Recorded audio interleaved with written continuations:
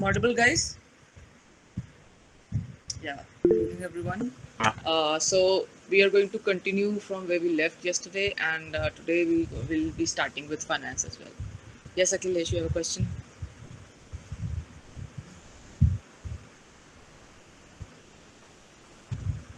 No, ma'am. So, guys, I'll start the recording and I'll share my screen with you. I'm going to switch off my camera. Please pin on the presentation, not on me, so that you can see what we are doing in class.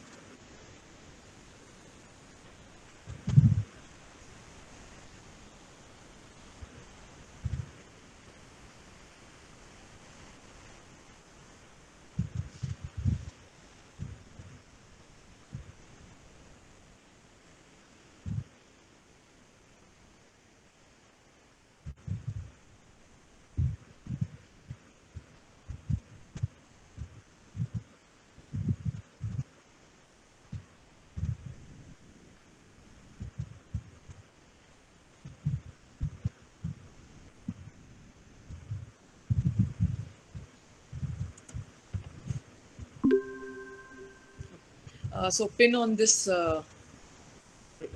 presentation panel so that you can see what we're doing in class. So we were doing B4 yesterday, and we had completed insurance. This slide. And we were left with one unit, that was transportation and warehousing.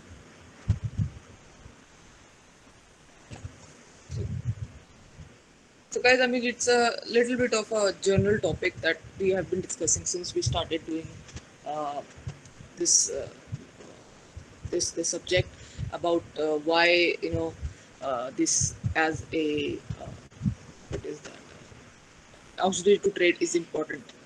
The necessity for having these auxiliaries to trade, because they help in removing hindrances. Okay, they help in removing hindrances. So trade, and barriers to trade, of course, arises when you don't have resources with you. Okay, resources like you don't have money to start the business. First of all, you don't have any resource to let people know that you have created one product. So all these auxiliaries to trade basically help with removing all the hindrances. And the last one that we are left to discuss is transportation and warehousing. Okay, together they remove hindrance of place and time. Like whenever you are required and whenever you're required something, you just take it out of your warehouse and you transport it from one place to another, namely point of your production to the point of your consumption. The continuous flow of such movement, that is, in other terms, we call it logistics. Okay, transportation does not only help in providing the goods and services that have been produced, but also, it facilitates whatever raw material that you need. Because for that also, like if raw material is available in, say, Mumbai, it has to be transported to Delhi if you're working in Delhi, if your plant is in Delhi. So like that, the continuous movement of these resources happen all the time, and transportation is the one that enables such continuous and free flow of this information. Can be transported through different medias, whilst your physical goods and everything will be transported through your vehicles. Okay, so guys, this is a general thing, and you can make up your own points to write why transportation is necessary. Like you can't be still at one place, right? You have to move. So when you move, your legs are the mode of transportation. When the whole of you moves, the vehicle will be the mode of transportation. Okay, so you can't be stuck at one place. You're not a tree. You move. Starting from when you get up from your bed, you get ready, go out of the house, go to your workplace or college. So transportation is a part of life. Okay, so nothing, not a new concept for you guys to understand or anything. Okay, yeah. Essentials of a good transport system. It's a good question that generally comes in short notes. Okay, so it has to be, first of all, good on your pocket. It should not burn a hole in your pocket. It should be economical enough that you are able to afford it, right? Then speed, of course, the speed should be there, that the fast transportation should happen. Like there are n number of times when I get a cheaper rate on Flipkart, but I don't, choose Flipkart because they take a lot of time to transport to, deliver the goods. So I usually choose Amazon because the transportation, their delivery is even faster. So of course you have to get speedy goods. So that is one other concern of essentials of a good transport system, and it should be regularly available. Whenever you want to book, you can book. It should be operated with skilled people. Of course, the driver should know how to drive, especially if the terrain is hilly areas and like that, because you need to know how to maneuver the vehicle properly. Risk of loss, of course, you have to be making sure that the transportation is under some kind of insurance, because accidents can happen and delays can happen. So it should be ensured that the risk is minimized. You should be able to properly load unload the goods, because once you load them, unloading and offloading, uploading on offloading is a huge task. So of course you have to package the goods in appropriate way, and then you have to make sure that it is easy to offload and upload the goods. Delivery should be made at the convenient location. Of course, when you talk about transportation, you don't transport it in an area, you transport it door to door. That then it's like, it makes any sense, otherwise it doesn't. So talking about prime categories of transportation, the modes, four parts we have, four types we have: road, rail, sea, and miscellaneous. In miscellaneous, we'll have postage and all that. So the cheapest mode, relatively cheapest mode of transportation is your road transportation. Okay, but it has certain limitations, which are basically when you talk about transporting a huge amount of goods, huge amount of goods. You can't. You're limited to, like, the scale is limited. Okay, you can maximum have a huge truck that can help you transport goods and services. So one of the shortcomings is that, see, whenever you're writing modes of transportation and any even the short note comes, just make sure that you are writing its advantages and disadvantages both. Okay, write the advantages and disadvantages, right? And the suitability, like where this transport is more suitable. See, when a producer manufacturer is choosing its transportation mode of transportation, it takes into account its ability to pay as well. Okay, because I'm audible, right? Yeah. Yes. Yeah. So you have to see if you are able to pay or not. So it can be in-house transportation system or it could be outsourced. So you have to see the suitability as well. So in case of, if I talk about the raw materials interstate, you can easily transport it through road. You don't need a railway system for that. Okay, it will be more convenient for you to transport it through road rather than sea or air or rail. Okay, but when we talk about longer distances, the rail transportation comes into play. The rail transportation comparatively is expensive than the road transport. It carries more products. The products that are carried by rail can be heavier than the goods carried by your road transportation. Uh, One of the things that always is used by these car manufacturers is a huge truck that they basically transfer the vehicles to. But when you are exporting and importing vehicles from abroad, when doing a foreign trade like that, in that case, mostly car this air transport or your rail trans this road transport is, sorry, when you're doing it from abroad, when it's a international trade, the cars are basically transported through sea, through like huge containers, or through your air transport. But when you're doing it within a country, usually, like we have all these car manufacturers down south. So usually the cars come through road transport. Okay, it is the cheaper. The fastest is of course the air transport, but the problem is that you can't use it for shorter distances. You are basically using air transport for long distances, while for short distances you have to use road transport. So like this, you have to write the advantage, disadvantage of all of them, and you have to explain the suitability like that. Okay.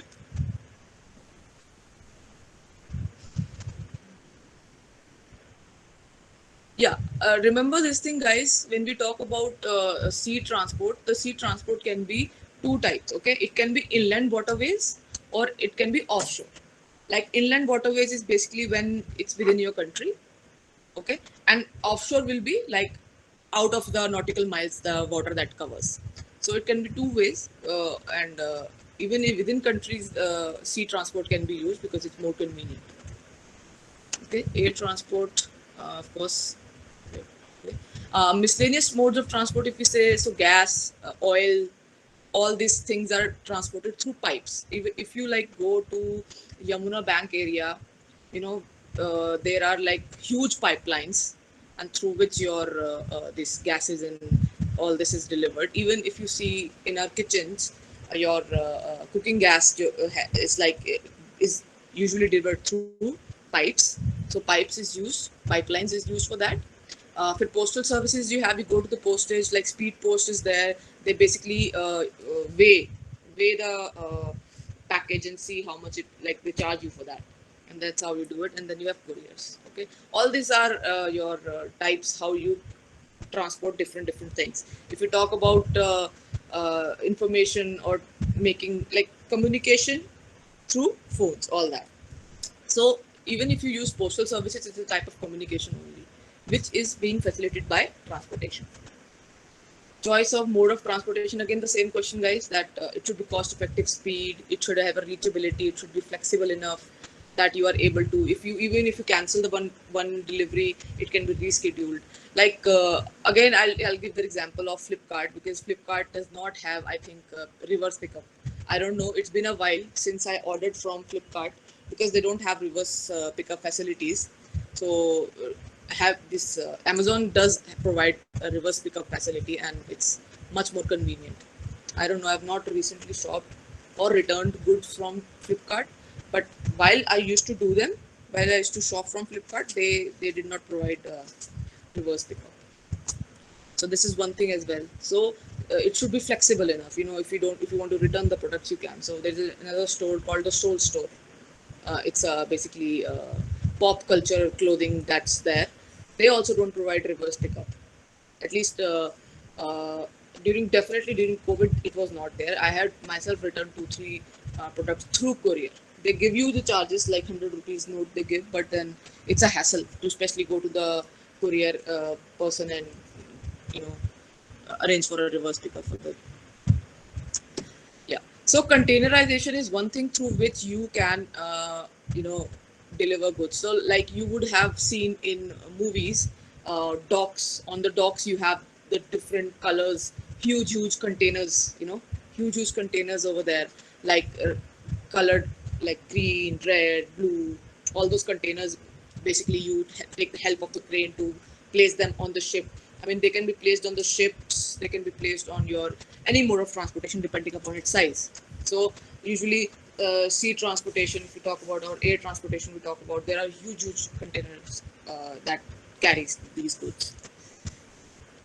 Clearing and forwarding agents we discussed yesterday as well, that these are the people who basically specialize in taking care of all the customs regulations and getting your products on the ship, offloading, uploading, and or taking care of all the paperwork. So these are those people. So that was your transportation, guys. So when you're doing transportation, just do the advantages. Just first of all, why it is needed. Then what are the like good sources? Yeah, essentials of a good transport system. Then you have types of transportation, mode of transportation. Then advantage, disadvantage, and your suitability. And you're done. It's a small topic. So coming to warehousing again, warehousing is like you all know what generally warehousing does. Okay, so warehousing is a type of auxiliary to trade that helps you with storage of goods. You produce goods and services. You want to store them. Of course, service is not stored, but goods in physical form are. So there are like many advantages of doing that. First of all, is that timely availability of the products is made sure. See, time is money. If you want to buy an AC and the model that you're looking for is not available in your shop, you can just call your. Please don't leave the attendances right now. I'm not going to consider these attendances. Don't leave your attendances right now. Yeah. So if the product is not available in one shop, you can just go to another and get it. So it's your loss. So you need the products available, readily available in your in your space, so that at least when the demand comes, you are able to fulfill. Otherwise, it's your loss. It's business loss. So that is why warehousing is very essential, and it helps in proper organization of your products. Like I'll give you an example. Last winters, I got my wardrobe done, and I was the one who was doing all the shopping for the parts. So it was my first time I went to a this wood, timber shop where this all wood and these cermicas were kept. So I was completely amazed the type of storage facility they had. It was such a convenient thing. I just said, okay, show me this cermica, and through that huge lot, he was able to pick out that full sheet. So it's like it saves time. Okay, it saves time for you, not like people can if things are organized, if you have this drawer, usually I think everyone has this drawer that has good depth, but you are not able to find things because everything is so unorganized. But once you have your proper wardrobe set up and your room is properly set up, you know where is what, so you can easily pick it out and you can save your time. Whilst if you don't know where a particular thing is, you will comb your whole house, you'll see where is it, so it just wastage of time. So warehousing has a lot of it removes hindrance of time for you. Okay, so yeah guys, so again a small topic. So types, three types we have: bonded, public and private. So why a warehouse is known as a bonded warehouse? It's basically situated on docks. Okay, so a ship delivery comes and you have not paid the customs. You have not paid the customs, so till the time you pay the customs, these goods are stored in that warehouse. These are generally managed by governments. You are in bond with that warehouse that till you are not going to pay the custom duties or export duties or whatever duties applicable, your products will be withheld. So that is why it's called a bonded. You are in a bond with them. Okay, then you have public warehouses and private warehouses. Those people who can't have their own warehouses, they generally hire the warehouses. They give rent, and that is basically your public warehouse that is available on charge. Basically, the government is the one who is managing these warehouses. Whilst if you are a huge player in the market and you are someone who can you have deep pockets and you are able to afford having your own warehouses, so that is a private warehouse. It is not available for public. Neither government can see or whatever. So this is for your own concern, own manufacturing concern. So that is your private warehouse. Okay, guys. So that was your unit 4. We are done with unit 1 and block 4. So moving on to finance.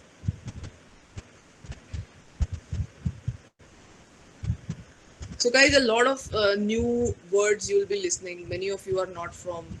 I'm pretty sure many of you are not from the commerce background and would not.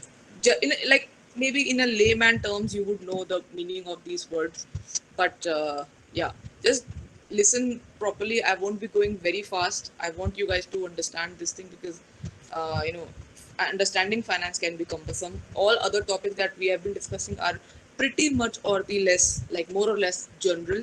You can make up your own words, but it has a lot of concepts that you need to learn. You need to mug up, I would say. So understanding them and writing them on your own words is also there, but only when you are able to understand. So I'll go slow. Don't worry about that. So all right, importance of finance. See, guys, like I'm pretty sure you can write pages on this. That why do we need money? Okay, everyone is doing whatever to earn money. Everyone is studying. Everyone is going from away from their houses, getting a job out of state or out of country, or like getting a good job and earning money. We need money for every nick and corner of our life. You step out of your house, even if you are in a house, you need food, you need electricity, so every facet of life requires money. So when every facet of life requires money, not everyone is a businessman, right? So think about how much money we needed by a businessman. Okay, how much money would be needed by a businessman. Now it depends. We did forms of organization, right? And comparatively, we saw that the capital required. Capital is what? Capital is the money that is required to start up a business. It is the first investment of a company. That is the capital. Okay. So the capital required by this basic form of organizations, namely your sole proprietor, your partnership, your this cooperative society, was pretty modest when compared to company. Okay, HUF is another case that is purely based on its ability to have accumulated money, profit, or your through inheritance. Okay, generations of generations are coming and they have lots of money, so that's another case. But the general modest form of businesses, they require comparatively less finance, while for heavy duty manufacturing concern or a large scale company, they would require even more. We basically discussed two types in that. That was private companies and public companies. Okay, so through this unit, through this block, you will be understanding that money. Why do we require it? How do we obtain it? How do we have a proper mixture of uh, the components that there are in finance, broadly talking about your this borrowed capital and your ownership capital. And you would see, okay, so when it talk about need and importance, you guys generally know that you, for starting up a business, first of all you need to have an idea. You have an idea, now you can decide what kind of business you need to do. Okay, you know what you need to do. You need to find a space for your office, for your manufacturing plant. Then you need to get the furniture, you need to set up the infrastructure, the machinery, the lighting, whatever, the pantry in the office, everything you need to set up. So for that you need to buy stuff. That is why you need finance, okay, to produce the goods, to distribute the goods, for reverse pickups, for after sale services. Every facet of business requires finance. Okay. Now you either are someone who is super loaded and don't require money from external sources. So that is why you can be doing everything privately. Private placement of shares, like we discussed, I think in a couple of class back. So, and depending upon that, you have such a huge scale of business that you require money from public, so you go for uh, IPOs, that is your through stock exchanges. Okay, so to run a business you require resources, men, material, machinery, and management, and you need to buy them. This does not come for free. No one works for free. There was this saying, I don't know who said it, I'm not able to recall, that if you are good at something, never do it for free. If you are good at something, never do it for free. At the end of the day, we want to learn, we want to earn money and have a good standard of living. So all of this, whatever effort we are doing through business, is for that. Okay. All right. Types of financial needs and how do we classify finance? Okay, on the basis of permanence and on the basis of period of use. So when we talk about extent of permanence, that how long the money stays in business or how long it is with us so that we can use it, we can bifurcate it as fixed capital and working capital, and long-term capital and short-term capital. Okay, capital, I just told you what is capital. It is the money required to start a business. It is the first investment of the concern, of the manufacturing concern, or whatever form of business you are setting it up. Okay, so you have fixed capital and working capital. As the name suggests, fixed, it is something that you once put in business, you can't take it out immediately. It will be in the business till you are uh, continuing that operation, continuing that business. So the money that is, first of all, you require to start up a business and maintain it. Okay, start up a business and maintain it. It is the money that you immediately can't take out. Say, for example, you bought a building. Now, this is the place, this is the headquarters, this is the registered office of your concern through which you will be doing business. Okay, so immediately you can't, of course, sell it off. You will sell that building either when you are shifting to another office, or you are completely closing the business. Till then, you won't shut that building or sell that building off. So that is why it's a fixed capital. Okay, it's a fixed capital. In other words, we can say that fixed capital is generally used to buy long-term assets. Now, what is an asset? And liability. Asset is something that gives you benefits, that you derive some benefits from. That is an asset. That is something useful to you. That is called an asset. And when the asset gives you benefits from like more than a year, that is a long-term asset. Okay. And the asset that gives you benefits within like 12 months of time, so that is a short-term asset. Current assets, basically we say current assets. Okay. So asset is something that we derive this advantages from, that is useful to us, while liability is something that we need to pay off. It's an obligation, karza. Okay? Liability is an obligation, karza on us, that we need to pay off. All right. So fixed capital is used to purchase assets, namely long-term assets or this, right? Understand this thing. Asset is something that is required. Without that, you can't do business. So long-term assets are required, and long-term assets are your fixed assets are like land, building, machinery. Okay, all the equipment that, of course, you're not going to sell it off immediately. That is an asset, and that is a fixed capital, that the money you will be investing in, and you will be deriving the benefits of that building, of that infrastructure, of those machinery for a longer duration, not just for 1 year, but years to come. Okay, so that is your fixed capital or long-term capital, and it is also known as permanent capital, right? Apart from that, you have your this working capital. Now you have started the business, you have bought the basic infrastructure, but now you need little bit amounts of money from time to time to maintain your operations, like namely like that the production keeps on taking place on time, these employees are coming on time, you are paying the salaries on time. Okay, you have enough electricity, the your this rent is being paid of time, you have water, you have basic necessities that require on an industry setup. So you require money for that as well. So that is what called working capital. Now it is usually said that working capital has two parts. It has a fixed part and it has a variable part. Fixed part meaning that suppose you are buying raw materials. Okay, you are buying raw materials, or say for example, you are paying the salaries. All right, you're paying the salaries. So you know that you have to make arrangements for the payment of salary every month. That is need to be paid. You have to pay. It does not depend how much was your sale or how much was your production. Does not matter. This salary needs to be paid. So you pay the salary, again you fill your accounts to pay the salary for the next month, again you fill your accounts to pay the salary for another month. So this component of your working capital is kind of a fixed nature. So that is, in another words, maybe called as circulating or revolving capital. You pay the salary, again you need money to pay the salary. You fill your bank account.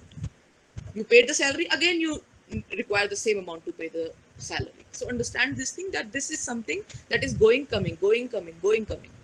So that is why it is said this is a permanent nature of working capital that is there, the revolving capital. Whilst the capital that is purely dependent on the production is the true working capital of a firm. Meaning, like suppose your product demand is a lot, so you will be ordering a lot of raw materials. Whilst when your demand decreases, you will reduce the purchase of your raw materials. So that is fluctuating due to fluctuation in your demand and supply of your demand of your products. So that is fluctuating. So that is proper working capital, short-term capital that is required. Okay, so in layman terms, fixed capital is something that will be in the business for a longer duration, and of course you are not going to dispose it off immediately. You use fixed capital to to buy fixed assets. Whereas working capital is corresponds to current assets. The current assets, the benefits of which will be derived from within 1 year, 1 year, 12 months, like your supplies, raw materials, your tools, all that. Okay. Okay. Another thing to consider is that, see, working capital is basically the money that is stuck in business at different processes, different stages. All right. So the longer the process, the organization, the more working capital will be required. Whereas if you talk about sole traders, sole proprietorships, partnerships firm, they're like selling, buying, selling, like that. So the process through which the product passes is shorter, so the lesser working capital will be required. Where the scale of the organization is so big, you will be requiring more working capital. Okay. Of course, another thing to consider is that if the credit period, I told you guys yesterday that 90%, more than 90%, 95% of the business that is being done is through credit, on credit. Okay. So when you require to do this business on credit, your money will be stuck again. So when the money is stuck, you will require more working capital. Where you are doing cash sales, you have enough cash flow, you won't be required to have permanent or like continuous stocks of your working capital. It can come go. You have enough sales, the money is coming. Whereas suppose I'll give you an example of my friend's company who opened this travel company recently. And like I asked her, like, is it easy, like you just get credit cards and you can just start having just learn knowledge and everything and you are good to go. So she's told me that okay, you can do travel business, but the thing is that the money will be stuck for months. The dues do not get cleared immediately. So just know this thing, that you at least require 2 3 cr to start this business, because your payments won't come through that quickly. Every business, why travel business, every business per se. So you require this good amount of working capital. So if the credit period is longer, that you are going to get the money at a longer duration of time, so you need more working capital. Okay.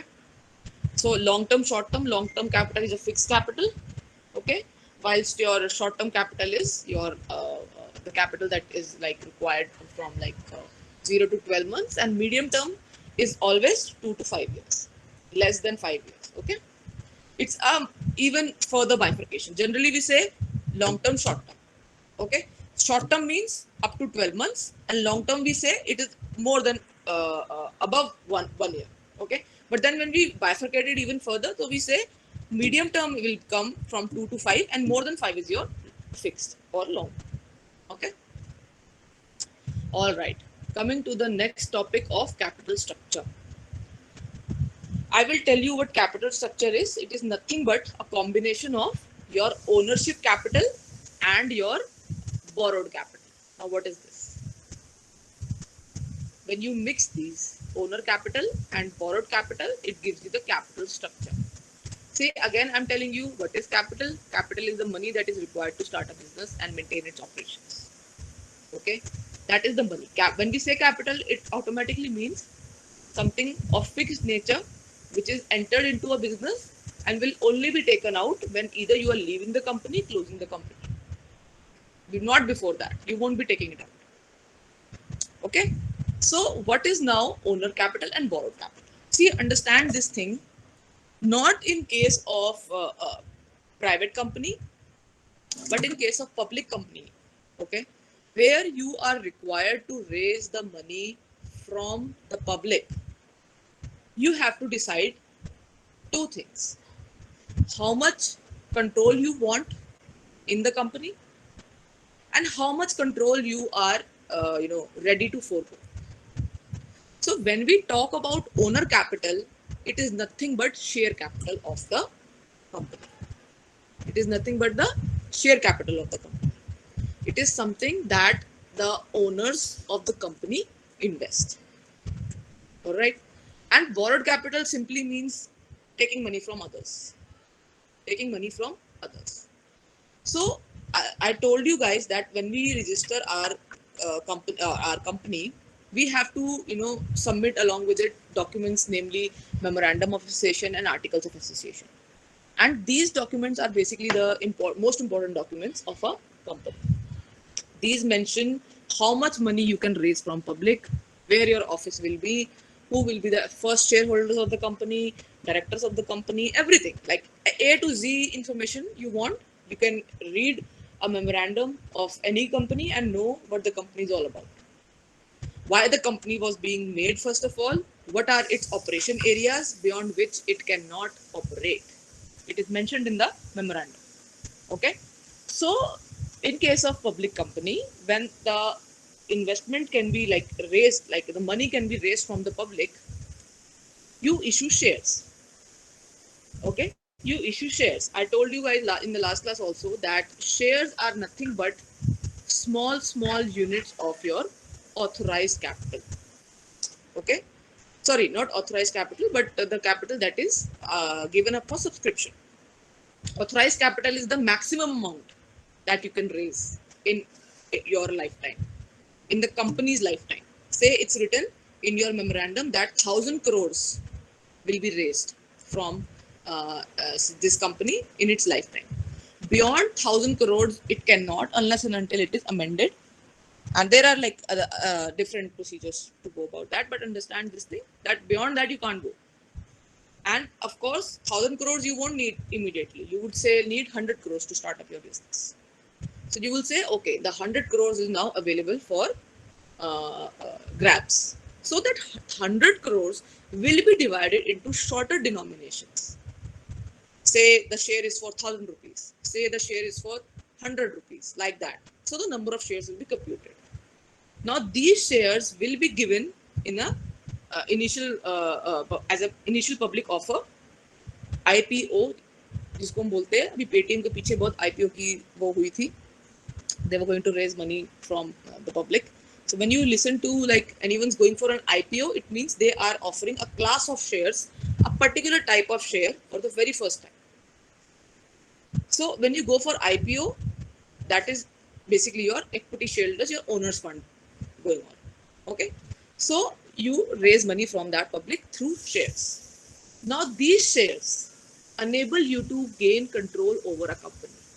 Through the shares, you are able to rule the company, control the company, its management, its decision making, its supervision. All right, you will be the decision maker. Now you will say, okay, I will buy 10 shares and become owner. Well, per se, you are owner, but then again, you are not someone who is representative of the owner. So, who are the representatives of these small shareholders? The board of directors. They are basically the majority shareholders of the company, and they are the sole decision-making body of the company. They are the actual, like if we say owners. Per se, you are also an owner. If you even have one share, you are an owner of a company, but not in the strictest sense because you won't be doing anything. No one will listen to you.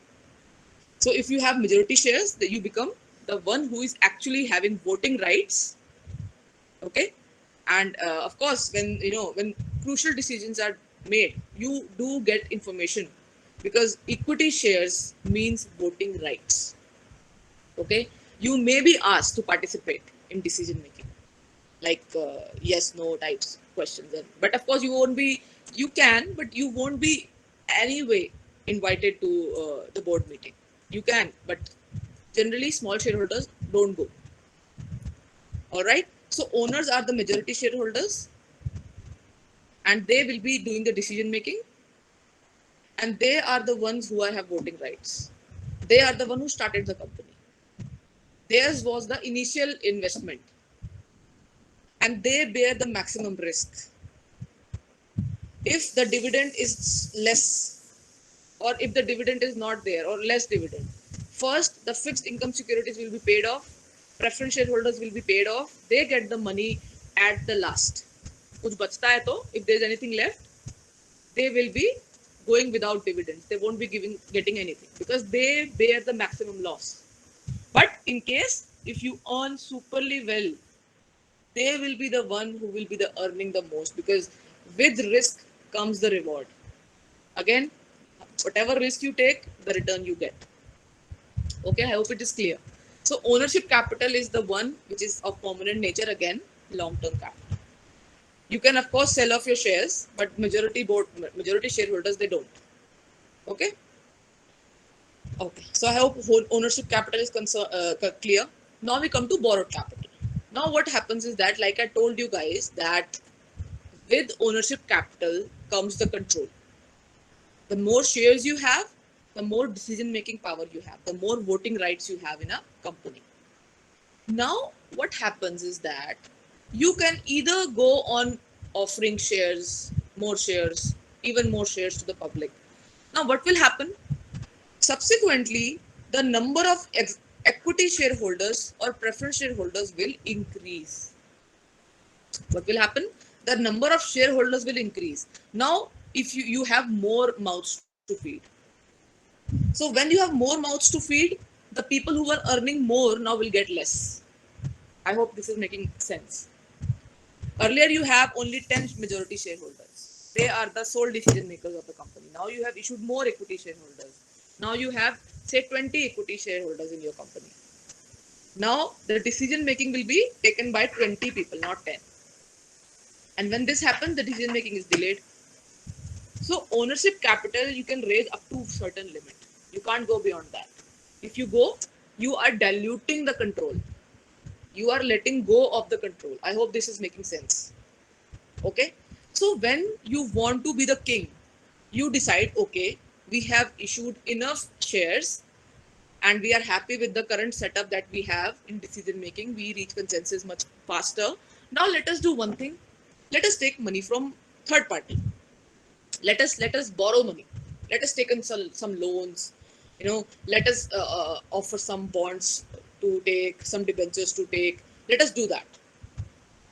These borrowed capital simply means fixed income securities.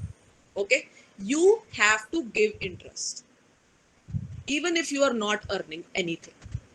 Like I said, these equity shareholders, they will wait. They will wait. Like, I'll give you an example. Like, generally in an Indian household, how do you distribute food? The head of the family will eat first. Then the male members eat. Then the female members sit. And lastly, the person who is actually cooking sits. Okay? So in this way, first and foremost, you will be paying off the obligation to the third parties. That is your debenture holder, your loans to the bank, to the financial institutions. You will be paying them first. Even if you don't have any profit, even if you don't have any income, you need to pay them because these are fixed interest securities. You need to pay them.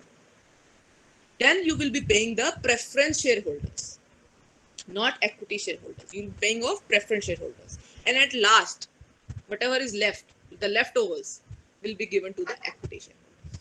But understand this thing, generally the companies earn pretty good and the maximum piece of the cake is taken by the shareholders only. Okay? Because the interest that is paid on borrowed capital is fixed. It does not changes with, if you get larger profit, you'll get larger interest. No, it is a fixed thing.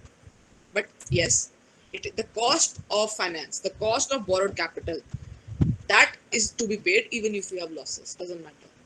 So this is one thing that needs to be considered. See, whenever you are considering the capital structure, that is the mixture of owner capital, that how much owner capital should be there, how much borrowed capital should be there. It depends upon n number of reasons. We'll discuss in like another 5 minutes. But understand this thing, that there are positive and negatives of both things.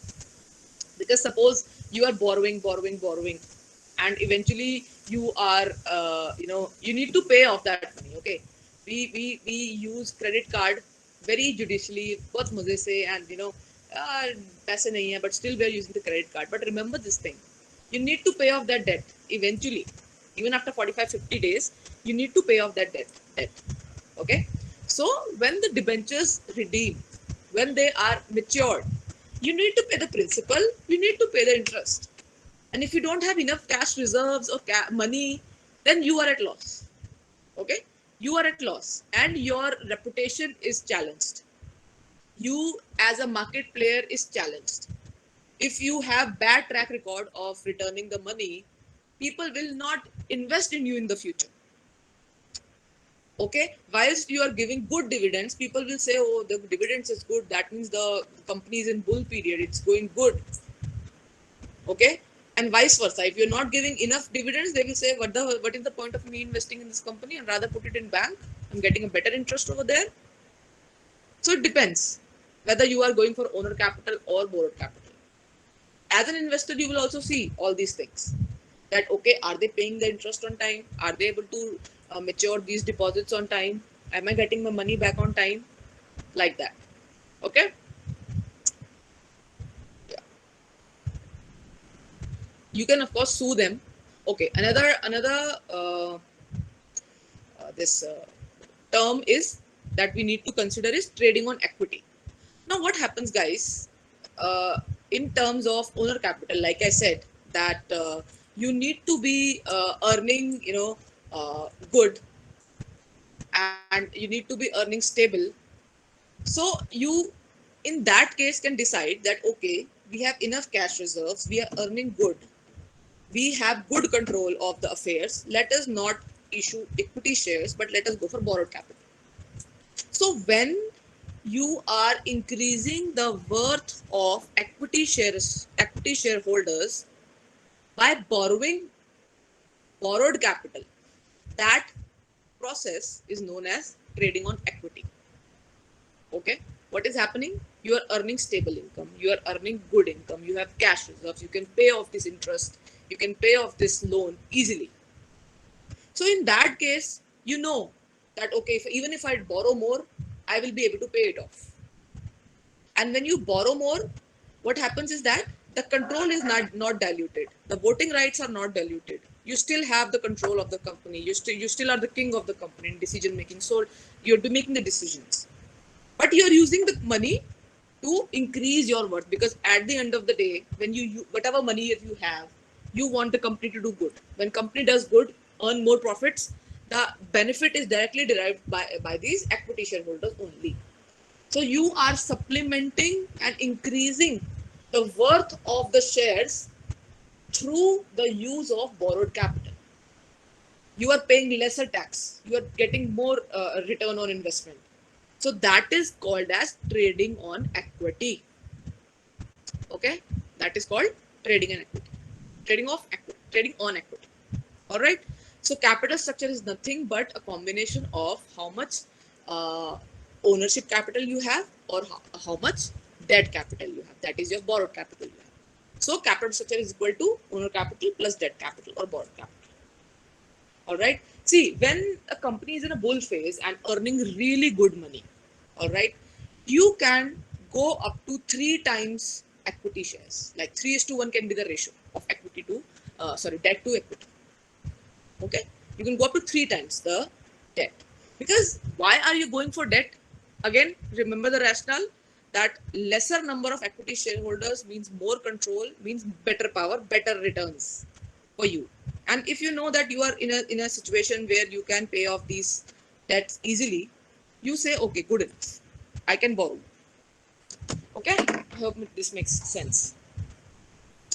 Okay, capital structure I've already explained. Capital gearing is again similar thing. It simply means how much debt you have in comparison to the total equity in the company. How much borrowed capital you have in relation, in proportion to your ownership capital. If you have high debt, the the capital structure is said to be highly geared. It is said to be highly geared. If you have more debt, similarly, if you have less debt, it is said to be low gearing. Okay, said to be low gearing. Similar concept. Okay, important question, guys. Factors determining the capital structure, and it talks about more or less the same thing. The rationale will always be the same, but the point changes. Say the first factor to determine capital structure, meaning to determine how much equity should we have, or how much this borrowed capital should we have. It's a very crucial decision, guys. I hope you understand whatever I explained to you guys, that the company's reputation is online. If you are borrowing, you are in debt. What will happen? Your creditworthiness will decrease. You won't, the investors won't come. your the future will go down like that. Okay, so we need to determine ki how much equity should be there and how much debt should be there. The first point is nature of business. If you know that you will earn good, you can borrow more. And if you know that, okay, if something or the other thing happens, if I have my product has elastic demand. Now, what is elasticity of demand? Okay, the word is there, so I'll tell you guys. See, the degree of responsiveness of change of demand with respect to its price is known as elasticity of demand. Meaning, in example, understand, you don't need to write the definition anywhere, just understand the difference. If you are taking, if you're talking about a pen writes through, you write through a pen. Okay, if you go in one shop, you don't get a pen, you go to the neighbor shop, you buy the pen from there. You are not, unless and until subjected to habit or brand loyalty, you will not mind buying any 5 rupees pen to write. So here the demand is highly fluctuating. सेलो का pen नहीं है, दूसरा pen दे दो, लग्जर का pen दे दो. You are not affected by it. The goods are available everywhere and you are not affected by it. So the demand is very elastic. So when the demand is very elastic, your profits can be very elastic. Your sales can be very elastic. So when you know that up and down you have in your sales, you won't be going more for borrowed capital. You would rather go for owner's capital. When you have inelastic demand, you know that, okay, stable income will come. Stable income will come. So you will say, okay, I can borrow. All right. Then you have characteristics of the company. The smaller company usually relies on its own funds. If I talk about sole proprietor, a sole proprietor cannot go to the financial market and raise money. It will be solely depending upon its relatives, its friends, his own money. So in that case, they will be dependent on owner's fund. Whereas if you talk about a larger business concern, they can raise money from the public easily. Management control. Again, the directors, the promoters, the first investors of the company, if they want control in their hand, they will be focusing on borrowed capital. Whereas if they want, okay, the control can be diluted, they will be going for the this equity capital. They will be like issuing more equity capital. Remember this thing that the shares have decision making powers. It has voting rights and more dividend, more return on investment. Cost of finance, again the same thing, guys. That what is the profitability of the business? If your profitability is good, you can go for borrowed funds, and if it is not, you know that you are not confident enough to pay the interest and principal amount, you can go for the debt. Sorry, your this equity. Okay. Trading on equity, I've already explained that when you think, again, you are earning good, return on equity share is good, you can easily go for borrowed capital. Interest charges, you are confident that you can pay interest charges, go for borrowed capital. Otherwise, don't. Availability of cash. See, cash flow is basically the cash that is at your disposal. The cash that you can use, the liquid cash in your pockets that you can use. Okay, so if you have good availability of cash, you can go for the debts because you are more confident to pay off the your debt. Okay, flexibility of capital structure. See, guys, you always need to have a buffer. A buffer means that you need to always have some scope that if you are cornered in a situation where you're supposed to go ahead with the owner capital, you can. You should not finish up your reserves. You have a small wallet, okay, and that small wallet has both equity and or borrowed capital in it. You should not exhaust all the balances. You should have some buffer that if you require tomorrow, you can borrow, and if you require tomorrow, you can say go for equity capital. So you need to leave some margin. Okay, so these are the points. It's an important question, guys. Okay, methods of raising capital. Now you know that you need the money, you need to raise capital, but how do you do it? The basics will be using your own savings, you asking your friends, your relatives, going to the banks. small advances you can get, but the scale of business is very small. Okay, but when we talk about long term, medium term finance, like more than 1 year, you need larger sum of money, because every decision that you take entails money. So these are the some of the types through which you raise the capital. Issue of shares. Okay, let us discuss this one by one. Shares, I already told you that it is basically a small denomination of the capital that is up for grabs in the market, and the small units are called shares. The shares are basically divided into two types: your equity share and your preference shares. Equity shares are the owner's capital. It has voting rights, decision making, where preference shares have fixed dividend, fixed income charges on them. They don't have voting rights, but they are a part of your owner's capital. Okay, they are preferred first over owner's capital. Okay, they are, that's why the name is preference shares. All right, these are the broad bifurcations. We have different types as well. I will explain them as they come when we study. So yeah, so equity shareholder again, yeah, same thing. It's the same thing again and again, that you get better return on it, you are subject to more risk on it. It's the permanent capital, the first capital that is invested in a company. Preference share, a fixed rate that you have to pay, even the dividend. Sorry, even if there are losses, you need to pay them something or the other. It won't do, but they don't have voting rights. Okay, that means they can't go for voting. They can't go for decision making. So at times you can even, if you want to go for borrowed for owners fund, you can even issue the preference shares. They also do not uh, uh, dilute the control. Okay, but then again, like your fixed income securities, like your borrowed capital, you are supposed to be paying them first. They are preferential rights, as we say. They have preferential rights. Okay, then you have debentures. Debentures is one of the most commonly security that is used for borrowed funds. Okay, again, the debentures, it's nothing but a type of bond or a loan that you do, and they have fixed interest. You need to pay them on time, and when they mature, you need to pay the principal and interest. When debentures are issued, they basically write, like, suppose the interest on debentures is 12%, so the name will be 12% debentures, like that. Okay, through debentures you can trade on equity, like I explained before, that you are using the borrowed capital to increase the worth of owner's capital. So that is called the trading on equity. Okay, yeah. Generally, the only risk associated with borrowed capital is the payment of your interest and your principal amount. They don't, of course, don't have any voting rights, so they do not dilute the control.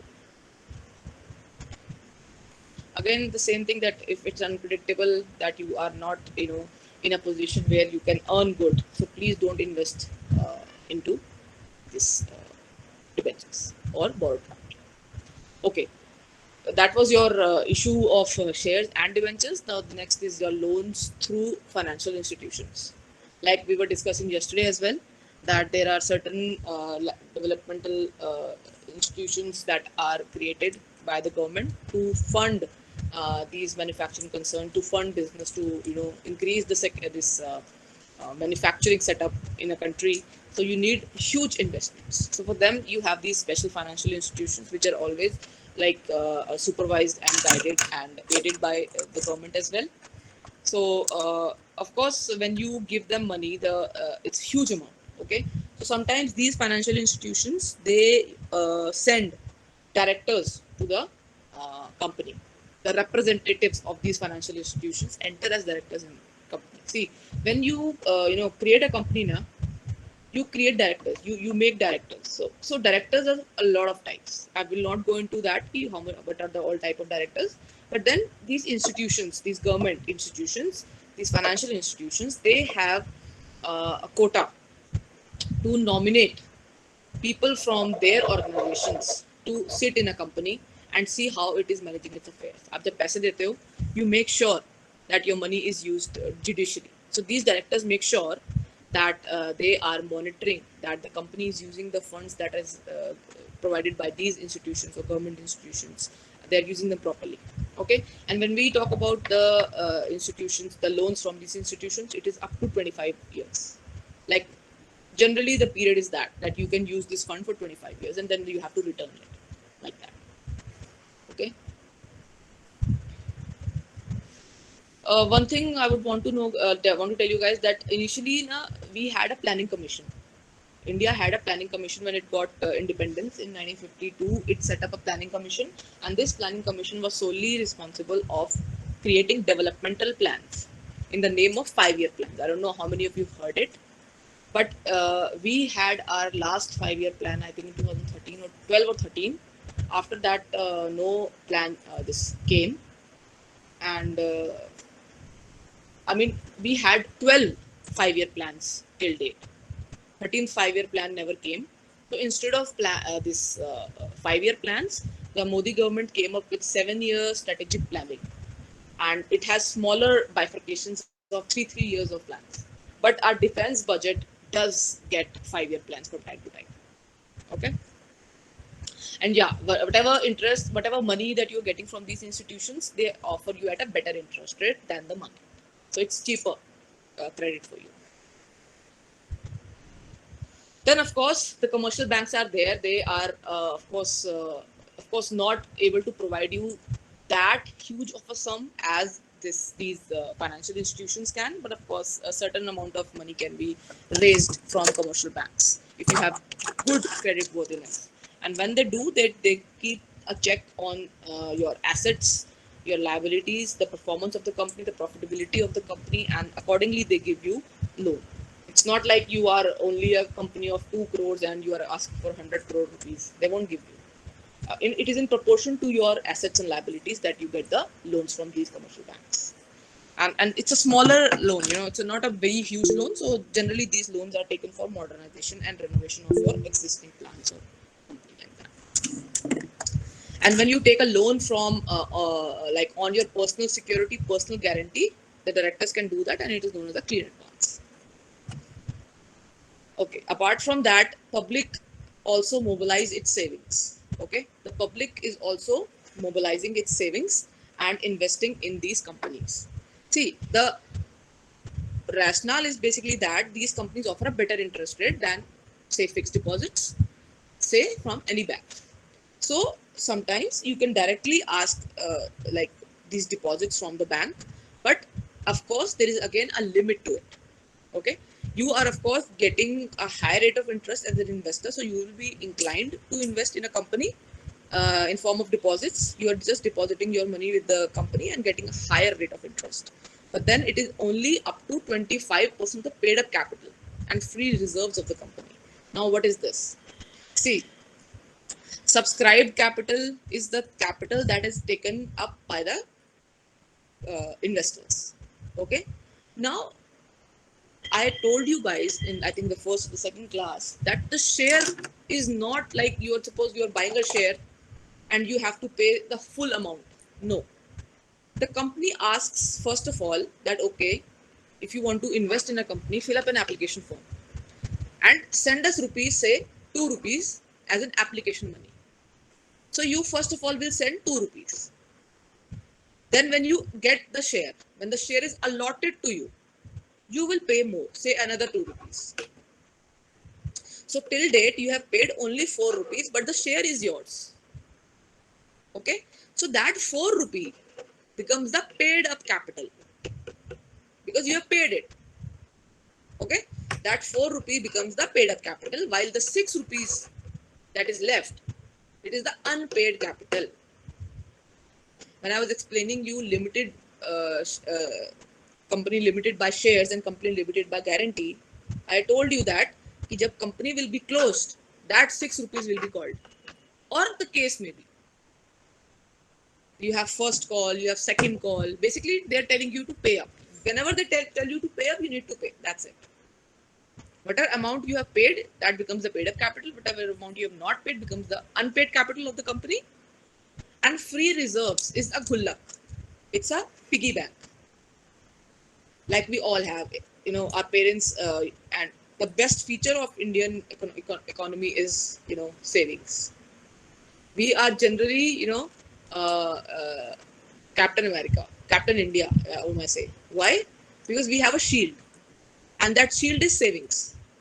We have, per se, we are habitual so much through generations. We have seen that, whatever income the parents are getting, they will save something. And through that saving, although our generation, the younger generation, does not believe in savings, but believe me, till date, we are standing still good. We are not much affected as the world economies are, because we save.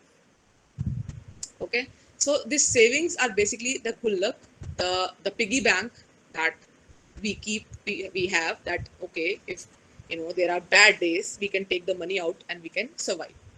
Similarly, every company creates reserves like that. So whatever deposits you are asking from the public, first of all, they has to be for a period of 3 years, and only 25% of the paid up capital you can ask for deposits, not 100%. So that's a limited amount which you can only ask. Okay, and plus the free reserves, whatever free reserves, whatever the gullak money has, up to that. Because see, why it is the requirement? Because these public deposits again are not free. You need to pay them. Okay, you need to pay them. So the government says that the companies are required to, you know, this deposit at least 10% of these deposits maturing with the bank, so that it is basically the government is basically trying to safeguard the depositors. That company, if it goes insolvent tomorrow, these investors are not harmed. So that is why the government says, according to the Companies Act, that you are required to deposit 10% of these deposits in bank every year when it matures, just to safeguard them. Okay. Okay. The next is the cash reserves that I was just telling you about.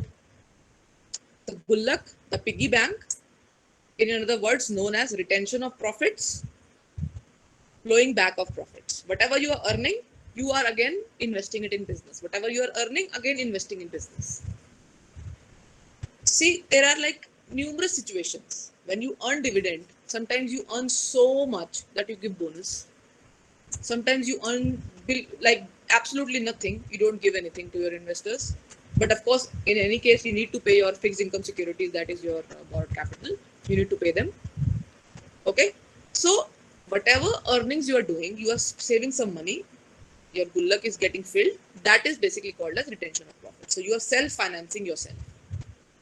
You are not going for owner's capital. You are not going for new issue of shares. You are not going for borrowed capital. You are not going for debentures, issue, loans, nothing. You are just using your own money. The business is using its own money. So that is called retention of profit, self-financing itself. But then it depends, like 10%, up to 10% you can do. More than 10%, you first of all need to declare dividend. See, in AGMs, sometimes when the crucial phase of business cycle is going on, the board of directors may ask its investors that please don't take the dividend. Let us, it's a good stage, good, growth stage. Let us invest everything that we earn back to business so that we earn more. It's a good opportunity and all that. So the shareholders may agree. All right. But then the limit to this is only 10% of the profits that you get. But then if you declare some dividend, you can exceed this amount as well.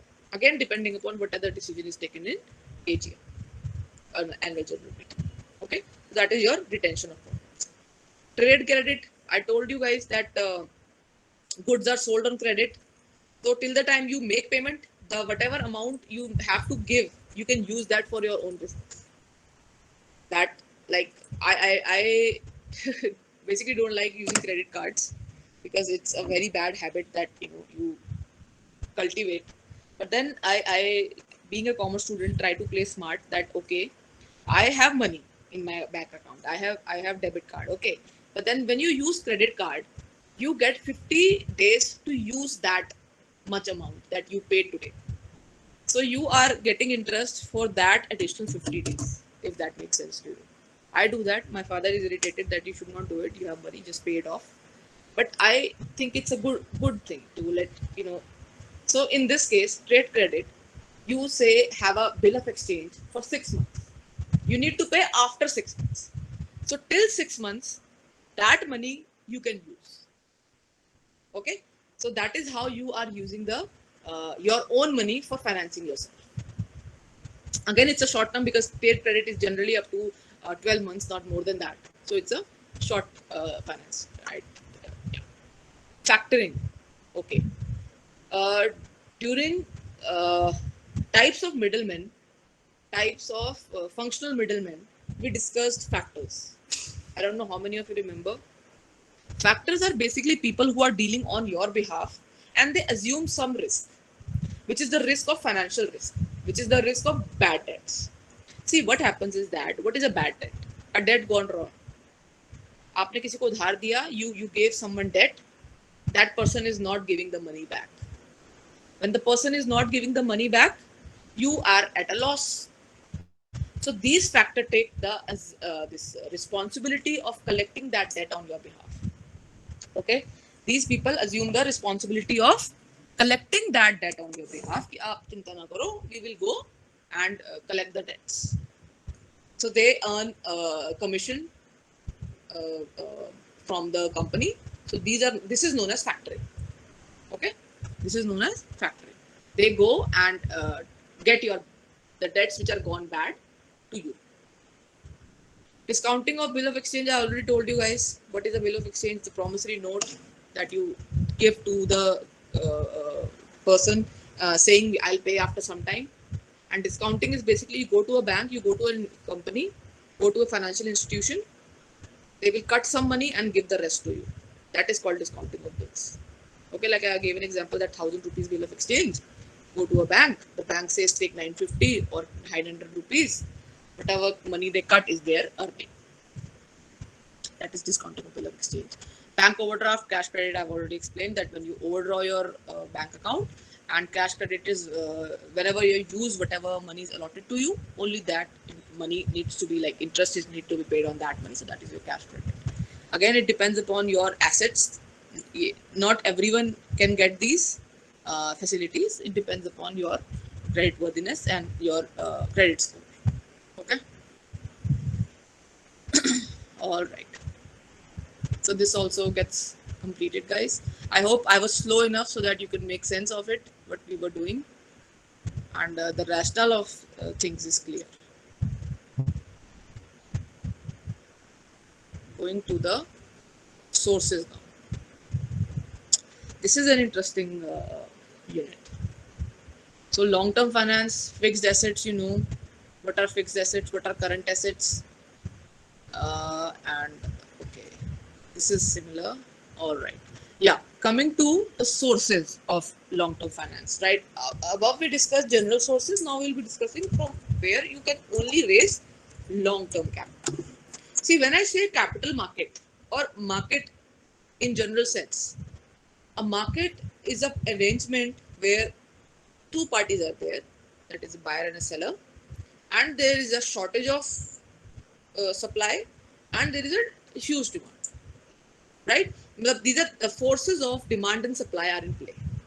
You need something, the other one is ready to give you that in exchange of money. So that is your market. All right. And when we say capital market, so capital market is a market which is providing you finance where there is demand of finance and where there is supply of finance. That is your capital market. Okay. And you have special institutions, developmental banks and institutions who are of course providing you long-term finance assisted by the government. Leasing companies, foreign sources, and then you have retained profits. Retained profits we have already done. Let us discuss the first one. So guys, understand this thing that capital market is a arrangement where you are providing finance and where you are taking the finance. Okay, so whenever we mention capital market, you always say with it this money market. They are basically used interchangeably, but there is a subtle difference between them. Okay, so when we say money market, all right, it is a basically market for short term, and capital market is for long term. The players involved, the institutions, they are the same. Okay, both these institutions are mutually interdependent. Like if you increase the rate of interest in one market, the demand for other market increases. एक market में कुछ चीज महंगी हो रही है तो आप दूसरी मार्केट से जाके ले लो. So if, say for example, the interest for the securities, the finance rises in capital market, you can go to the money market and take money from there.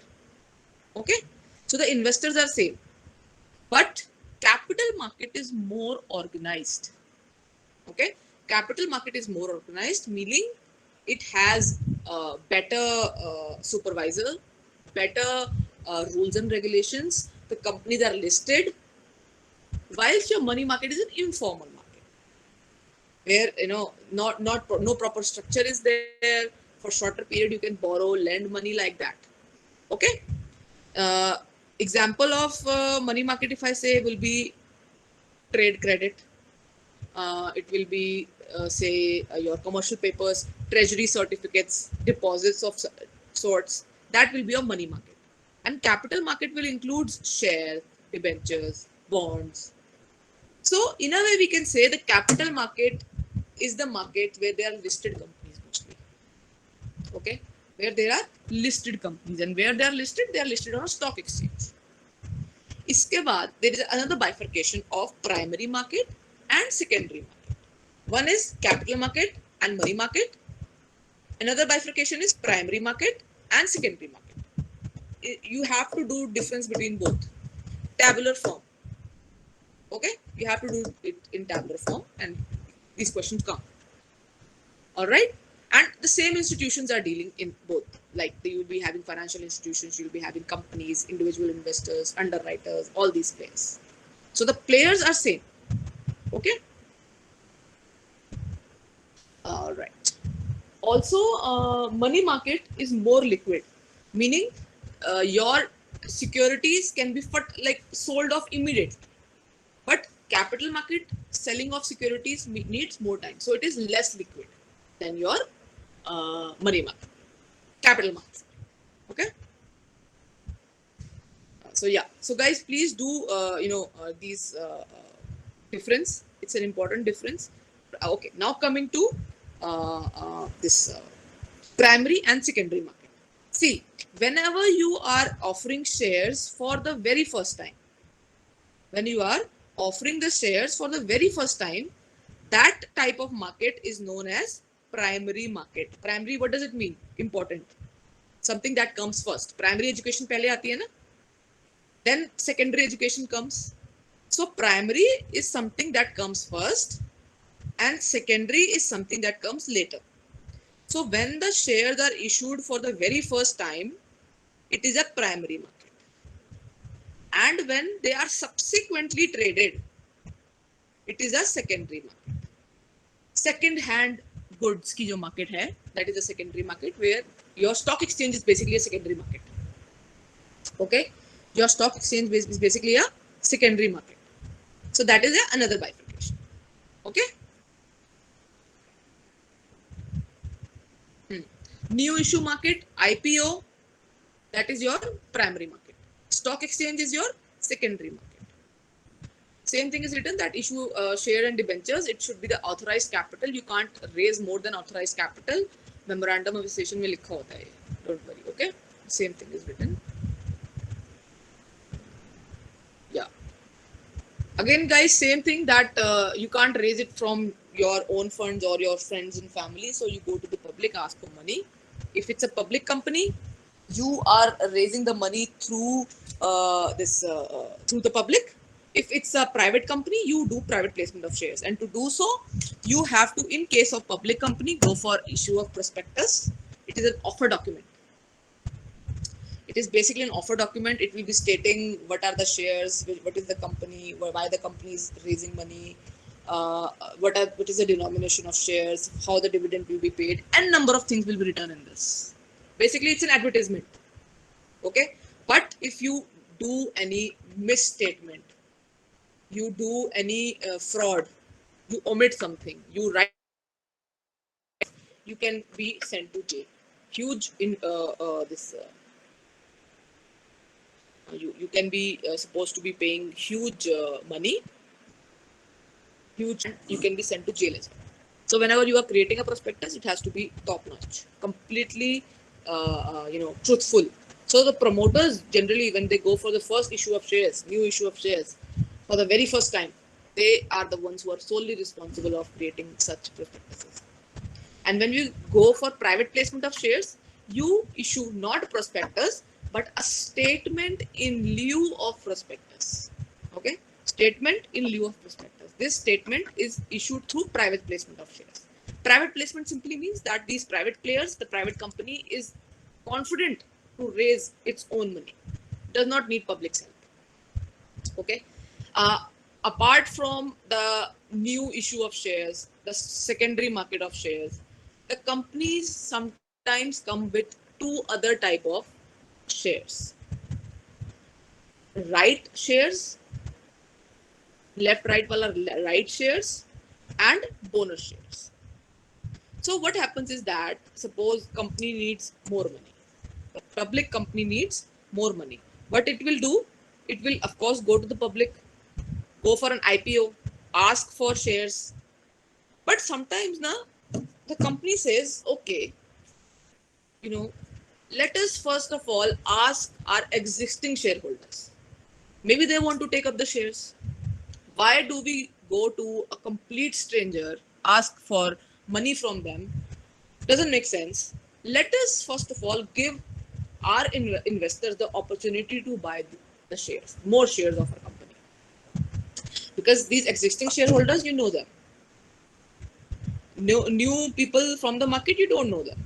So that is why you go and you ask, offer existing shareholders, we sir, we are going to release more shares into the market, are you interested to buy? Would you be wanting to buy? So the existing shareholders have a right on these shares, so that is why it's called a right issue. Okay, that is why it's called a right issue. So you ask the existing shareholders, and another benefit is that, suppose uh, the share was offered for public at rupees 100. Okay, the share price is rupees 100 for new public, general public. But since you are existing shareholder of the company is saying ki you just pay us 90 rupees. So these are discounted share as well. Generally these are discounted share as well. So that is the right issue. Second is like when these existing shareholders say no, we don't want these shares, then these shares are offered to the new public. That is your right issue. And bonus issue is that the company has earned so well. As a bonus, they capitalize the profits and they make it as a bonus to the existing shareholders. They say ki, thank you for having confidence in us, thank you for investing in us. We are now giving you back. You gave us the money, you gave us the confidence, you gave your valuable resources to us. Now we have earned because of you. So we are going to give you a bonus since we earned so good. So these are bonus shares. Okay. Right issue may dilute the control, but the bonus issue does not dilute the control because that's nothing but capitalization of profits. Okay. All right. So you have debentures. See, also there are options where the debenture holders are given an option to convert their debentures into shares. So in that case, the class of debentures will be called as a convertible debenture. When the maturity time comes, they will be having an option that, sir, do you want to convert this debenture into a share? So you can do that. See, there are very different types of shares and very different types of debentures. Okay. All right. Now coming to financial institutions. See, again, the 5-year plans is no more in play. Only you have 7-year strategic planning and 3 year small plans into that. Whilst your your defense budget does have 5-year plans for now. So the rationale remains the same. The government wanted manufacturing concerns to rise quickly. The government wanted industrialization quickly because the infrastructure will be set up, and that's how you gauge economic development.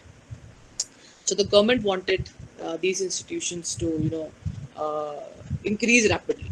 So these financial institutions come into play.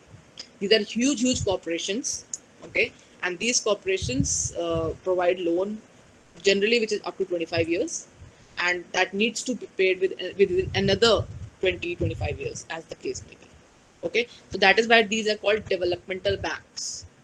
All right, these are developmental banks. They are at the center, at the state level, and they are government assisted.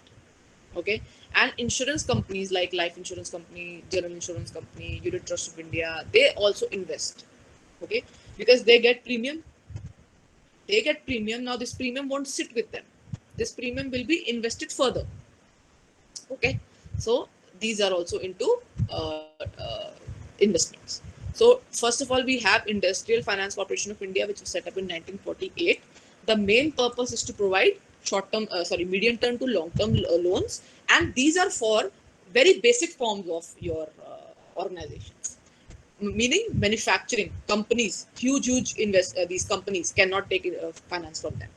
Only short term, like your sole proprietor, your private concern, your cooperative society, these people can take the finance from them, which is up to 30 lakhs generally.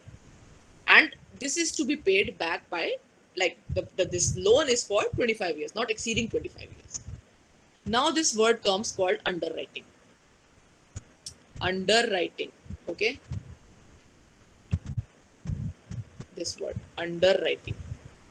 Now this is something that is being done by most all of these institutions. Okay, everyone is into underwriting. Now what is underwriting?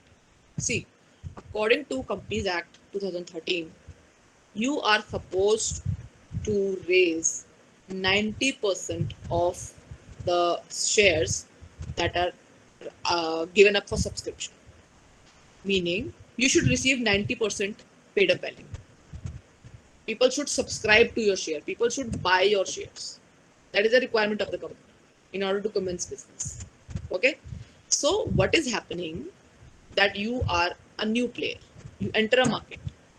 Now you have shares ready, and you want people to buy your shares. But you are a new company. No one has confidence in you. Why will anyone invest with you? Okay. So generally, these new companies face problem in raising money through shares, meaning their subscription, their issue of shares go under subscribed. Meaning, suppose they have to raise 100 crores. According to Companies Act, they should at least get 90 crores. And if they are not able to get 90 crores, they can't commence business. They can't, properly start the business. They can't. So this is a huge problem. So in this case, certain people called the underwriters, it can be a person, it can be a group of people, it can be institutions, it could be banks, anyone, any organization, any person can underwrite. Underwriting license provider, of course, they have. So this person will go to this company and say, please sir, don't worry, we will do the needful. We will make sure that you get 90 crores. Okay. And in lieu of that, they will be getting underwriting commission. Now, underwriting is done in so many ways. They can say, okay, we will help you with the whole issue. We can help you with the whole issue. We will get you 90 crores. Full 90 crores we will get you. This is the full part, like full underwriting by them. Whereas there may be cases that say that they are able to raise, say, 50 crores. But still 40 crores is left. So whatever is undersubscribed, these underwriters will help with that. So it depends upon the situation, whatever situation there is. You want the whole thing underwritten, or you want a particular part underwritten. So that is your underwriting. Okay. And these people earn underwriting commission, which is maximum 5% in case of underwriting for shares, and 2.5% in case of your debentures. Okay. Yeah. So that is your underwriting commission. It's a very important thing because again, your life depends on it.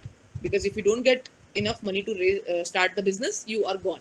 जो भी खर्चा हुआ है, whatever expenses you have incurred till date will be to waste. And you earn really good. You earn underwriting commission through them. So of course, how underwriting works? You guys, underwriting pay, you get short notes. So understand what I'm trying to tell you. Many of the things are maybe not in these notes. So what does underwriting do? Underwriter do? He will go and study the market, do proper analyzing, researching, see what are the players involved, see how much scope this business has. Will collect all this information. Will go to the investors, talk to them. Okay, sir, this is a new company coming up. The prospects look good. They have connections. They have connections. So that is how they convince the investors to invest in them. Because see, when investors will invest in them, only then they will be earning commission from the company. Na? If they are not able to, get the investors, they won't be earning anything. And these underwriters are very smart. First of all, they'll do all these researches, and then they'll clearly tell this company, sir, you have some scope, we can help you, and we can't help you. So upfront they say, because at the end of the day, if they fail to get the investors, they fail to make this subscription 90% above, it defeats the purpose. So underwriter will say, okay, I'm going, bye bye. So they also work very hard to get these investors, to convince people, to do all this research and talk to them. Okay, so that is underwriting. Underwriting is done by majority of all institutions. Okay, then comes Industrial Credit and Investment Corporation of India. That is your ICICI. I hope you all knew that ICICI has a full form. ICICI has a full form, which is Industrial Credit and Investment Corporation of India. It was primarily set up for developmental purposes, but later it entered your personal banking as well. Okay, now it is in personal banking as well. So, in Finance Corporation of India, Industrial Finance Corporation of India, only basic form of organizations were able to take credit, take finance. But ICICI, through ICICI, you can, your manufacturing concerns can also take loans. Okay, by two ways. Either they provide loan for 15 years, or by subscription to share and debentures of company. Meaning, it simply means that they buy the share and debentures of the company. Subscribing to shares means buying shares. Okay, subscribing shares mean buying the shares of the company. So either two ways, they outright provide you loan for 15 years, or they provide you this money through buying your shares. Okay, which is generally for 15 years. Okay. Okay. After that, you have Industrial Developmental Bank of India. It's a subsidiary of RBI. So that is why it is basically created to fill the gaps. Fill the gaps where other institutions are not giving you money. Okay, come take from us. They are there to provide finance to everyone. Of course, they should fulfill all the requirements required, and they will be providing them. But it has two peculiar features. Industrial Developmental Bank of India, which was set up in 1964, and it's a subsidiary of RBI, the Reserve Bank of India. It has two peculiar features apart from providing loans, which is refinancing of loans and rediscounting of this your bill of exchange. Now, what is refinancing? It is nothing but rearrangement of your loan terms. In other words, when you pay off a loan by taking another loan, is known as refinancing. Okay, what is happening? You have a loan on you. Suppose you took a loan from ICICI. Okay, now you are taking another loan from IDBI and paying off your ICICI loan. So this is your refinancing of loan. Okay, this is called refinancing of loan. It's a peculiar feature of IDBI and with your rediscounting of loans. So what happens is that loans are payable between 3 to 25 years. Okay, and if given by a scheduled bank, state cooperative bank, or export credit, it needs to be paid within scheduled bank or cooperative bank, it needs to be repaid between 3 to 10 years. See, these are the facts that you need to mug up. इसमें कुछ समझाने वाला नहीं है. There's nothing to explain in this. You need to mug these facts up because this is written in the rationale. It is written in the it is a function of this bank. So this is something that you need to mug up. Okay. Then you have rediscounting of bills. Rediscounting means suppose this bank takes or any institution buys your discounts your bill of exchange. Suppose 1,000 rupee bill of exchange was there. You discounted it for 900 rupees. आपको credit चाहिए था, you took it and you go away. Now the bank has this promissory note, bill of exchange with it. But now the bank also needs money, or the company also needs money. It will rediscount it, meaning it bought it for 900 and it will sell it off for say 850 or 800. So it's basically when you are discounting it again, it is called as rediscount of your bill of exchange. Now this bill of exchange can be this issued by industrial enterprises and they can also buy it from the banks. Okay. Then you have underwriting. Again, underwriting is there, and they also helps in joint financing. Two or more of the above institutions can come into play and they can do joint financing. Okay. Then you have state financial corporations of India. State financial corporations, they are basically for state financing purposes, and you can get loan which is of the value of 10 lakhs or more, needs to be repaid within 20 years, like that. So of course underwriting obligations they also undertake. Apart from that, you have investing institutions, like I said, these Life Corporation India, General Insurance of India, UTI. These people are into insurance business, and this money does not sit with them. They reinvest it in other companies. So it's a source of long-term finance for them. So that is why these securities they are more risky. Okay. Then you have investment companies. These companies are primarily set up for investment purposes. You have venture capitalists. If you have heard the word, they look for opportunities where they can invest, and they give you loans. Even if you are new to the market, doesn't matter. Investment trusts, UTI, and all that. Yeah. Leasing companies, I was explaining yesterday, it was one of the ancillary features of your banking. What is leasing? You are basically not becoming owner of a particular place or anything for that matter, any physical thing for that matter, even softwares for that matter, but you are taking it on rent. Okay. I am the owner of say a building. Okay. I'm an owner of a building. Now this person comes to me and says, give me the building on lease.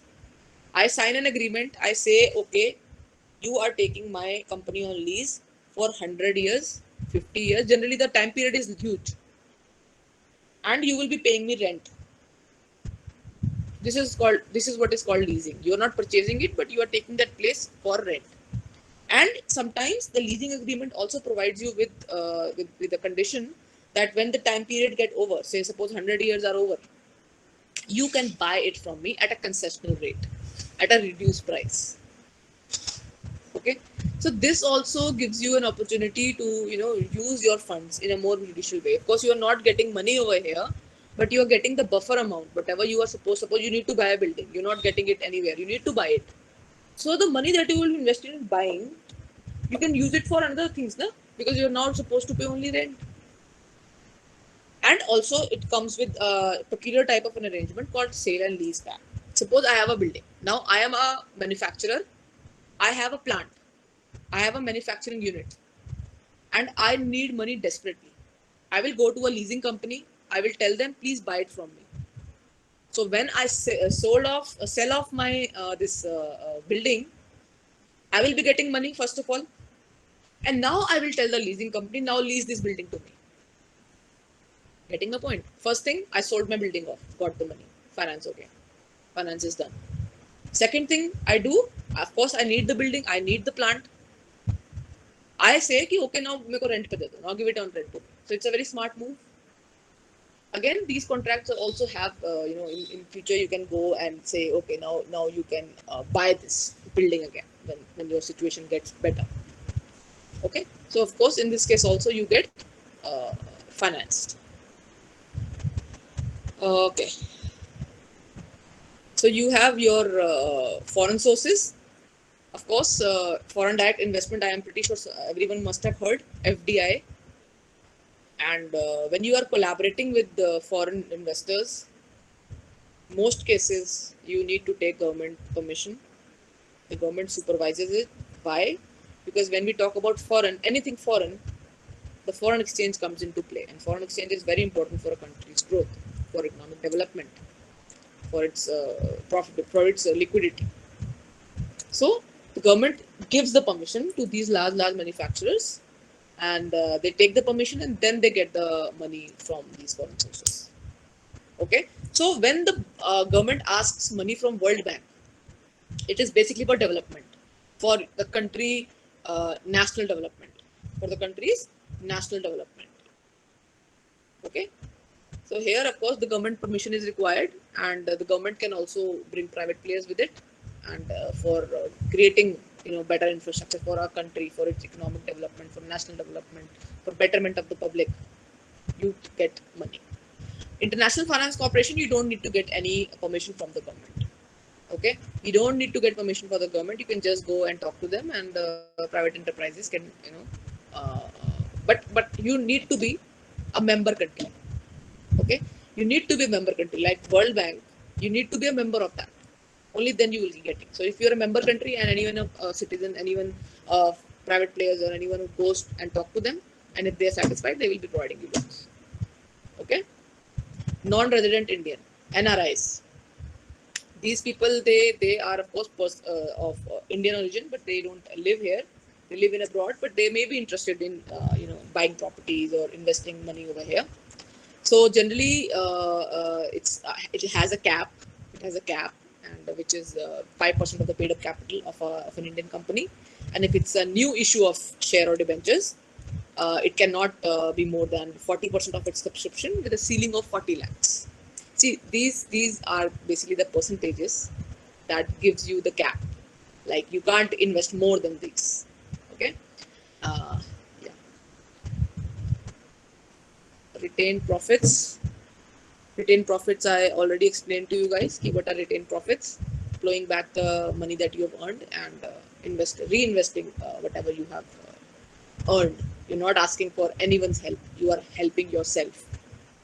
Underwriting, I also explained to you guys how do you do it. You can read it. This was the last. Yeah. This is also over. Coming back to stock exchange. Guys, I hope things are clear. I mean, of course, certain things can be tricky to understand. I can't go more slower than this.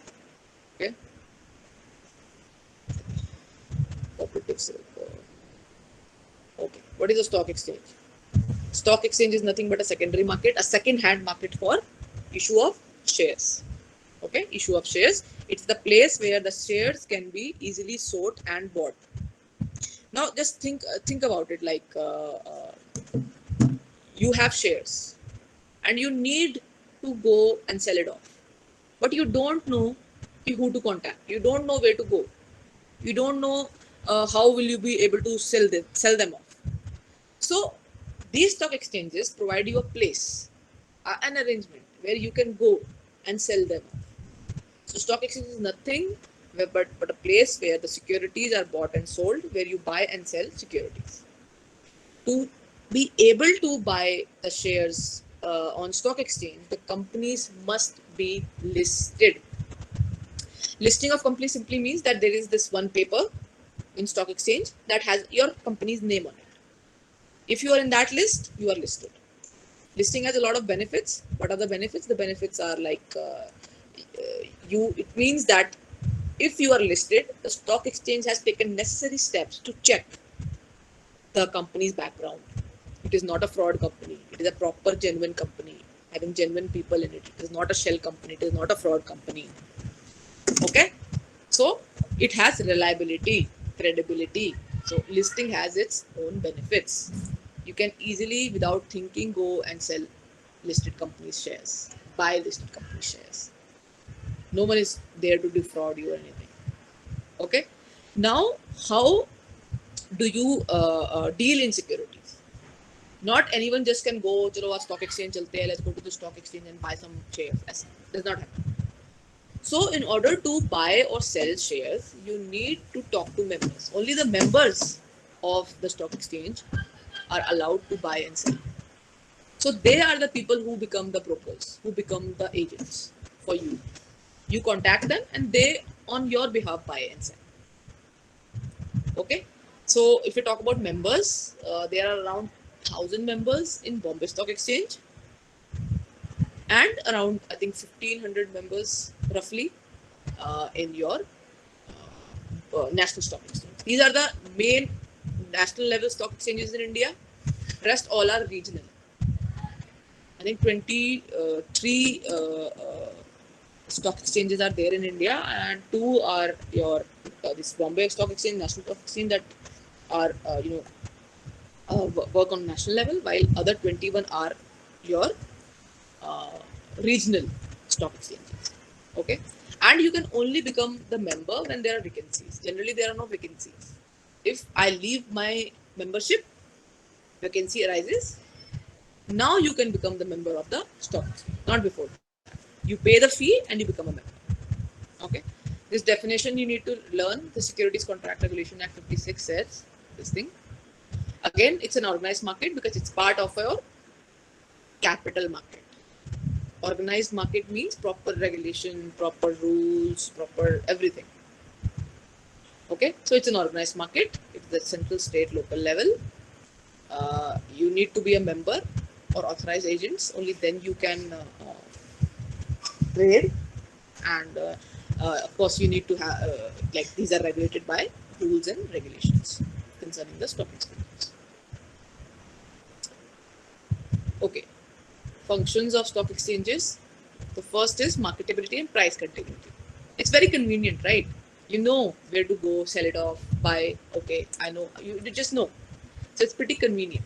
You can get your money exchanged in liquid form very easily. You just go and sell it off. Mobilizing surplus savings and mobility of capital. Basically, you want to invest, you have enough money, so you go and you release the money in the market. You release the money in the market.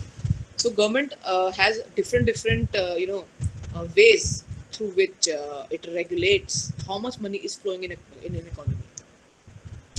Okay, suppose it releases a statement that says, okay, the loan on a particular thing is now, say, 2%. 2% loan that you need to pay instead of, say, 10%. So the people will now be interested more to take loans. Okay, so these things when happen, they are in control of, these are basically the operation, this techniques through which the government control the market. So similarly, when you need to mobilize the savings, a company is doing good in a market, okay, and its shares are rising. So what will happen? You will really want to release that money that you have. It is in the form of capital for the companies who are, wanting to raise money. So mobility of capital is there, and the surplus savings that you have is getting mobilized as well. And of course, it's a barometer of economic and business conditions, national development, because when the companies are rising, the price of the shares are rising, it's a bull phase. You are earning good. That means the country is earning more. So of course, you would know, okay, the stock exchange is, the point, the sensitivity, Sensex is going so high. It definitely means we are in a better economic situation right now. So you can gauge the performance of the economy through the stock exchanges. Capital formation, of course, you are raising capital. It's a type of type through which you raise capital. Shock absorber. Okay, speculators. So who are speculator, guys? सट्टेबाज, अगर मैं layman terms में बोलूँ, सट्टे जो मारते हैं, gamblers. But speculation is different from gambling. I'll get to it later, but understand what is a speculator first. Speculator is someone who basically, through his organized knowledge, through proper market research, knows that there are chances that in the future the price of this share might increase. Okay, he is someone, this person is someone who has studied the market. This person has studied the trends, the ups and downs, how the sensitivity the Sensex works, how the points go up and down, how it happens. So this person is a knowledgeable person. So these speculators create equilibrium in the market. So when a price of a particular security are increasing or decreasing, these speculators know, okay, in the future this will rise. So let me buy it. So when you buy a security, others will think, कि अरे इसके तो prices गिर रहे थे, the prices were going down. Why this person is this buying it?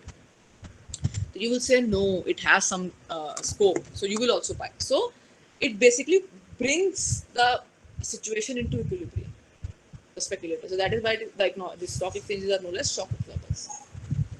Shifting process, basically you have so many choices, you have so many different securities in the stock exchange. You can go compare them, see their investment, see the dividend paid, all that, and you can pick and choose, decide what you want to buy.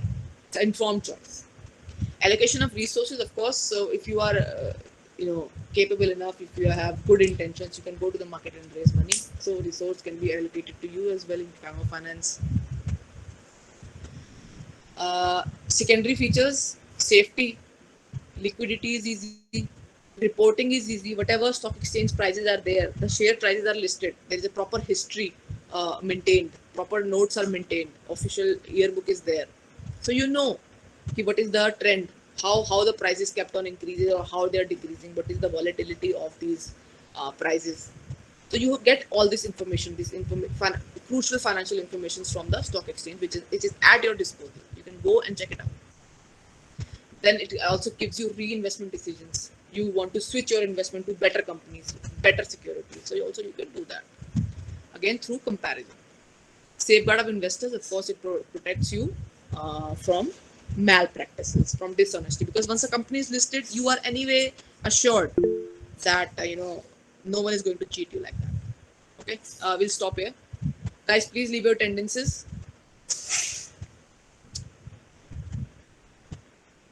I'll start from Anurag Singh. Okay, Anurag Singh. Please, all of you, drop your attendances. I hope today's lecture was not that technical, and I was able to, make you guys understand about these lot of terminology.